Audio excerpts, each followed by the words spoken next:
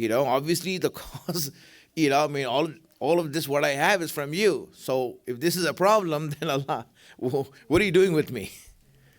Right? That's what you're saying. If you're saying that I am poor, so who made you poor? If you're weak, who made you weak? Who's the one who's giving to you? So obviously you're telling Allah that, listen, when I bring this to you, it means that you are the one that I am complaining. And hence when you do that, my friends, that's when you start building. And sometimes this is what happens. You'll see, for example, dads who are wise will bother their children so that they start to complain. Just to see if they will complain. They will bother them, play around with them, tease them, just to see that if they are able to complain. Why? Because this is a way that a relationship is built.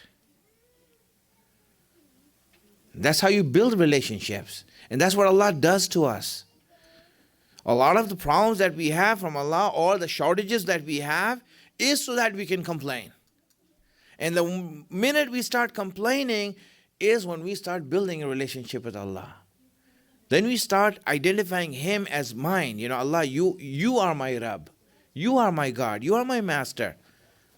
And this is where you see that true faith will start to come in. But that's just a side point. All I'm saying is that do not be afraid of complaining. Do not be afraid of looking at yourself, looking at your shortages, looking at your weaknesses, and going before Allah and saying, Allah, I have this weakness.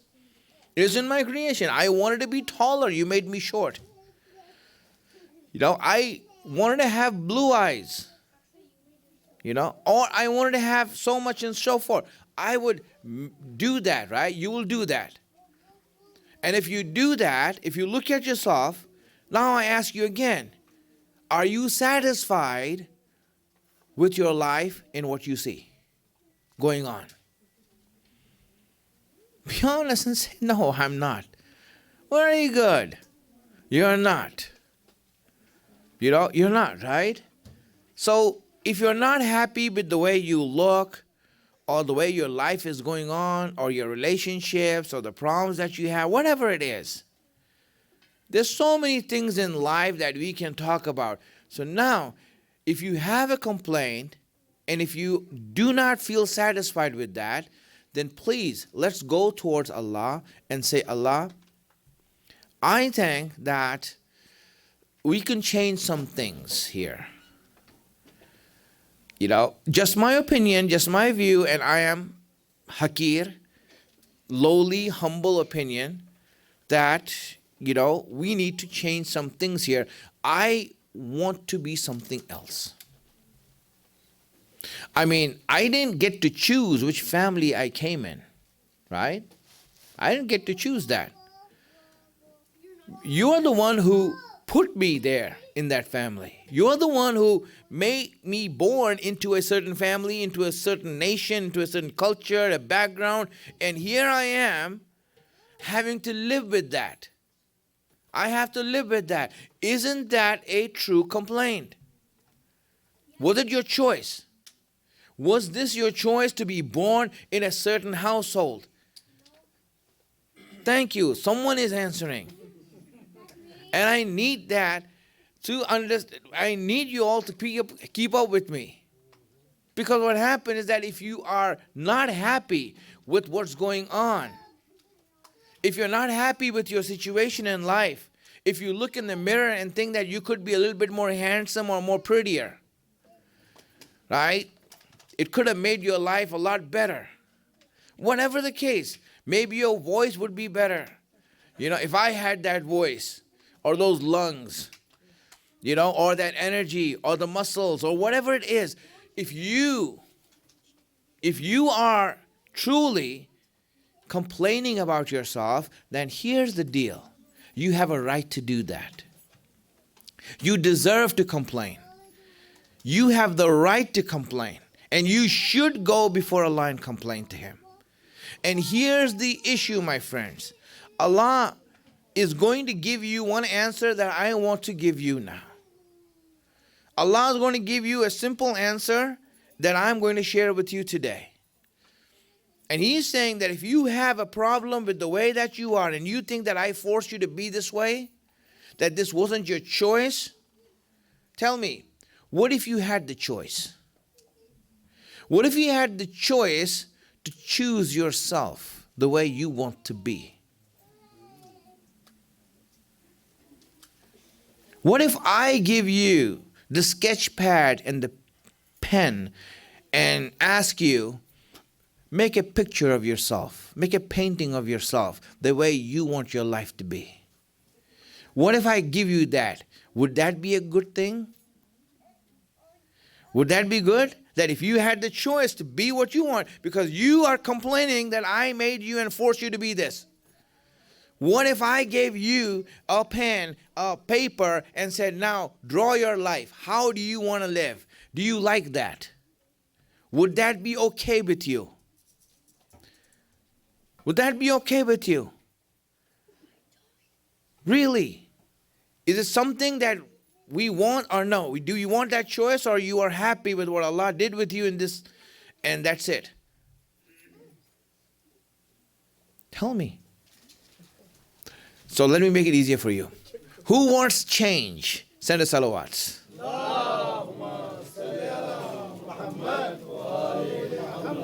So I think you all want change, right? So you all have a complaint. You all want change and you all want choice. I can just speak for you and think that all human beings want choice. They want to make their own life and their own destiny and their own image of themselves. They want to do that, right? Because until now, Allah has forced us to do everything. Really. House we were born in, place we were born, time we were born, which situation we were born. I mean, really, just look at this. If you were born in the time of Rasulullah, wouldn't that have been something special? That at least you get to see Rasulullah? Imagine that, right? But you didn't have the choice. You didn't have the freedom to be born then. What if you had the choice right now? Would you do that? My friends, now here it is. Allah is saying, here it is. If you want that, then so be it. I'm giving you a sketch pad. I'm giving you the pen. And the sketch pad is free. There's nothing on it. Now make a picture of yourself. Make a picture of yourself. And you know what? Whatever image you make, I guarantee it, Allah is saying, I guarantee it that that's the image that you will have forever. I will not force you to be anything. I will not make you anything. You are going to be what you make of yourself. You are, right? This is life. What is life? It's the screen, paper, and the pen or whatever tools you need to design, and the freedom to make the picture that you want. Go ahead. My friends, this is what life is. This is what life is. Now tell me one thing, honestly. If you lack imagination, what are you going to draw there? If you don't use your imagination, what are you going to draw there? Really? Truly, isn't this the case? If you want to live your life correctly, you need to have imagination. It is necessary to use the power of imagination. This is the beauty that we have been given. Our choice requires that we have imagination. Otherwise, if we don't use imagination and just use aql and intellect and just make life with boundaries, we will never be happy with that life. Life is when you imagine and Allah is saying, I will make it the way you are going to make it. What you want. And that's where imagination comes in. How important it is for us to improve it, to just imagine it. You know, if you if a person just tries to, I'll give an example for you that's personal to you, right? If a person just imagines what Imam Hussein has done, just imagine it, what he has done. Just that. He challenges our imagination to get better. Really, no author can write a script or a book that is as wonderful and as amazing, as imaginative as the story that Allah has written with Imam Hussein.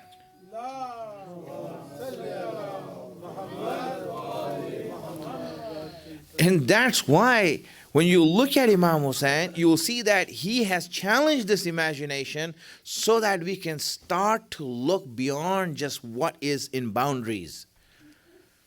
And who could imagine that he would transcend the boundaries of time and space and every limitation that has been put in front of human beings?